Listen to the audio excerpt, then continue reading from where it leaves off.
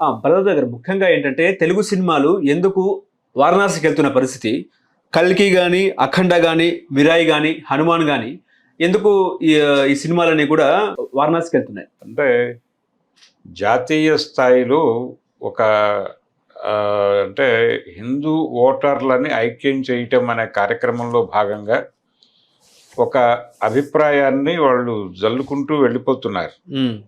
హిందుత్వ ఈ హిందుత్వ అనే దాన్ని, ఆ ఎలిమెంట్ని గనక పట్టుకోగలిగితే జాతీయ స్థాయిలో మార్కెట్ గ్యారంటీగా ఉంటుంది అనే అభిప్రాయం సినిమా డైరెక్టర్లలో చాలామందిలో, పర్టికులర్గా సినిమా కథా రచయితల్లో విపరీతంగా ఇంకిపోయింది.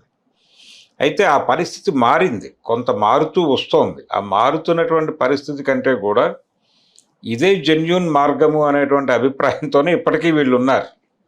ఈ ఉండటం వలన ఈ తరహా కథల్ని ఎక్కువ టార్గెట్ చేస్తున్నారు. అంటే పాన్ ఇండియా మార్కెట్ని అడ్రస్ చేయాలి అనుకున్న వాళ్ళు ప్రతి ఒక్కళ్ళు, అంటే జాతీయ సినిమా అని పాన్ ఇండియా మార్కెట్ని మనం అనుకుంటే, జాతీయ సినిమా అంటే జాతీయవాద సినిమాగా భావిస్తున్నారు. భావించడం వలన అనివార్యంగా వారణాసి అనేది మన కథల్లో ఒక ప్రధానమైనటువంటి ఎలిమెంట్గా మారుతోంది.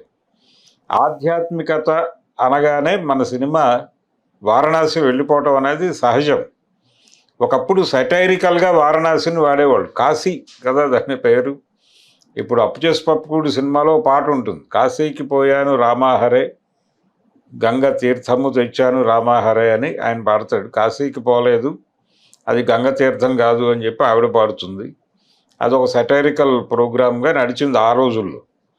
ఆ తర్వాత పరిస్థితి ఏంటంటే, మనకి ఈ కాశీ విశ్వనాథ అని ఒక పాట ఉంది, పులిబిడ్డ అని కృష్ణరాజు గారి సినిమాలో, శ్రీదేవి కృష్ణరాజు యాక్ట్ చేసిన సినిమా. దానిలో కొంత నేపథ్యము, ఆ వ్యవహారము, కొంచెం ఆధ్యాత్మికతని ప్రజెంట్ ఎరాకి లింక్ చేసి నడిపేటువంటి ఒక చిన్న ప్రయత్నం ఆ సినిమాలో కనిపిస్తుంది. అంటే ఆ ఎలిమెంట్ని పెట్టడం ద్వారా కొంతమంది ఆడియన్స్ని మనం అట్రాక్ట్ చేయొచ్చు అనే మార్కెట్ స్ట్రాటజీ వి మధుసూదన్ రావు గారు చేశాడు ఆ సినిమాలో.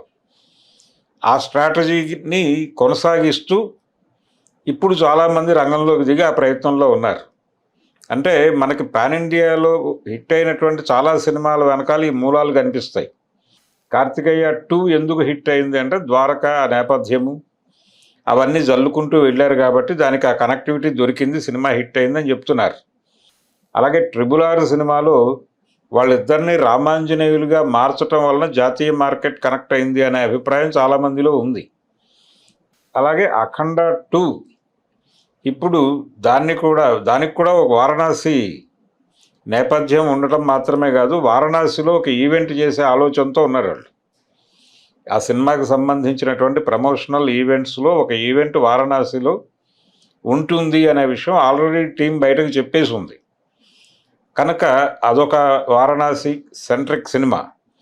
వారణాసి సెంట్రిక్ మాత్రమే కాదు, అందులో కూడా రామేశ్వరం అనే కాన్సెప్టే ఉంది. అందులో కూడా రామతత్వానికి ఈశ్వరతత్వానికి ఒక లింక్ వేసి మాట్లాడే ప్రయత్నం బోయపాటి గారు చేస్తున్నారు.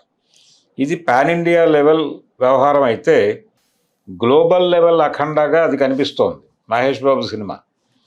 అది కూడా ఆధ్యాత్మికత వెళ్ళి విరిసేటువంటి సినిమానే. అంటే ప్రపంచ మార్కెట్ని పట్టుకోవటానికి కూడా ఆధ్యాత్మికతని, జాతీయవాదాన్ని ముందుకు తీసుకొస్తే బాగుంటుంది అనే అభిప్రాయం ఆయనకి, ఆయన తండ్రి గారు అయినటువంటి కథా రచయిత విజేంద్ర ప్రసాద్ గారికి కూడా కలిగింది. సో అక్కడ వారణాసి ఉంది. తర్వాత మధ్యలో కల్కిలో వారణాసి చూసాం మనం. కల్కి కథ కూడా అధర్మము ధర్మము మధ్య జరిగేటువంటి ఘర్షణగా చెప్పదలుచుకున్నాడు ఆయన. ఆ ఘర్షణలోకి కాస్త పురాణాల్లోకి విస్తరించి మళ్ళీ ఈ ప్రజెంట్ ఎరాని కూడా కాదు, చాలా అడ్వాన్స్డ్ ఏరియాకి వెళ్ళి, ఆ అడ్వాన్స్డ్ ఏరియా నుంచి చాలా వెనక్కి వెళ్ళి ఆ 2 లేయర్స్లోనూ కథను చూపించాడు మనకి కల్కిలో. అంటే మనం ఇందులో చూసినటువంటి ప్రభాస్ ఈ ప్రపంచంలో లేడు, ఎక్కడో ఉన్నాడు, ఆయన చాలా ముందు ఉన్నాడు. అతను కర్ణుడిగా చూపించాడు. మళ్ళీ చివరిలో ఈ కర్ణుడి దగ్గర నుంచి పురాణంలోకి వెళ్తుంది. అది పురాణాల్లోకి వెళ్ళి మళ్ళీ ప్రజెంట్ ఎరాకు వస్తుందా లేదా అనేది అనుమానం. అదొక గందరగోళపు వ్యవహారం. దానిలో కూడా వాళ్ళు ధర్మానికి ప్రాతినిధ్యం వహించేటువంటి నగరంగా కాశీని ప్రస్తావించారు. ఇలా ధార్మిక కోణము, ఆధ్యాత్మిక కోణము సినిమాల్లో పెరుగుతున్న క్రమంలో కాశీ ప్రాధాన్యత పెరిగిపోయి కాశీ అనేటువంటి వారణాసి పేరు ప్రఖ్యాతి చెంది ఉండటం చేత భారతీయ ఆధ్యాత్మిక జీవితంలో వారణాసికి ఒక ప్రత్యేక స్థానం ఉంది. ఆ స్థానాన్ని తీసుకోవడం కోసం గంగోత్రి అనే ఒక సినిమా వచ్చింది గతంలో, అవును. అల్లు అర్జున్, వినాయక్ గారి డైరెక్షన్లో. దానిలో కూడా ఇది ఉంది. అంటే నిజానికి ఒక దశలో తెలుగు సినిమా భారీ బడ్జెట్ సినిమాల కథల్ని వారణాసి పంపించిన రచయిత చిన్ని కృష్ణ. ఇందిరా సినిమా నుంచా? ఇందిరా సినిమా, ఇందిర కూడా వారణాసిలో జరిగే కథే కదా, చిరంజీవి గారిది. అక్కడి నుంచి చాలా సందర్భాల్లో మనకి వారణాసి గంగోత్రిలో కూడా కనిపిస్తుంది వారణాసి. అటుపక్క హిందుత్వం వాదము, ఇంకో పక్క జాతీయవాదం, ఇంకో పక్క కేంద్ర ప్రభుత్వం అనుకో. హిందుత్వవాదము జాతీయవాదము రెండు ఒకటే, దానిలో పెద్ద తేడాలేం లేవు. మన డైరెక్టర్లు మన సినిమా కూడా ఇప్పుడు జాతీయవాదం వైపే ముందుకెళ్తున్నాయి అనుకోవచ్చు. జాతీయ సినిమా అంటే జాతీయవాద సినిమా అనుకుని ముందుకు తీసుకెళ్తున్నారు. జాతీయ సినిమా అంటే జాతీయవాద సినిమా కాదు. ఓకే. ఆ తేడా తెలియట్లేదు మన వాళ్ళకి. తేడా తెలియక పాన్ ఇండియా మార్కెట్ అనగానే వీళ్ళు ఎక్కడో చోట ఒక ఆధ్యాత్మిక అంశ ఉండాలి సినిమాలో అని ఫిక్స్ అయిపోయారు. మీకు మార్కెట్ ఎప్పుడైతే పాన్ ఇండియాకి వెళ్తుందో అనివార్యంగా పౌరాణిక పాత్రలు వచ్చేస్తాయి, ఒక పురాణ రెఫరెన్స్ వస్తుంది. మీ హీరో కాదు, ఆయన దైవాంశ సంభూతుడిగా మారిపోతాడు. ఇది ఒక ప్రమాదకరమైనటువంటి పరిస్థితి. ఆ తర్వాత పద్మభూషణ్, పద్మవిభూషణ్, పద్మశ్రీ వచ్చేస్తాయి, వాటే వస్తాయి కదా. ఉత్తమ నటులు కూడా వాళ్ళే. ఇప్పుడు పుష్ప 2లో కూడా అమ్మవారి గెటప్ వేయించటం అనేది కూడా అందులో భాగమే. అది కూడా ఒక రకంగా హిందుత్వ ప్రమోషనల్ యాక్టివిటీలో భాగంగానే ఆయనతో అమ్మవారి పాత్ర వేయించి ఆ నృత్యం అవన్నీ చేయించారు. కాకపోతే వాళ్ళకి ఉన్నటువంటి లిమిటేషన్లో వాళ్ళు కాశీకి వెళ్ళలేకపోయారు. ఓకే. అదొకటే లోపం తప్ప మిగిలిన వేయాల్సినటువంటి సరుకులన్నీ వేశారు ఆ కూరలో. అందుకని అది సక్సెస్ అయింది.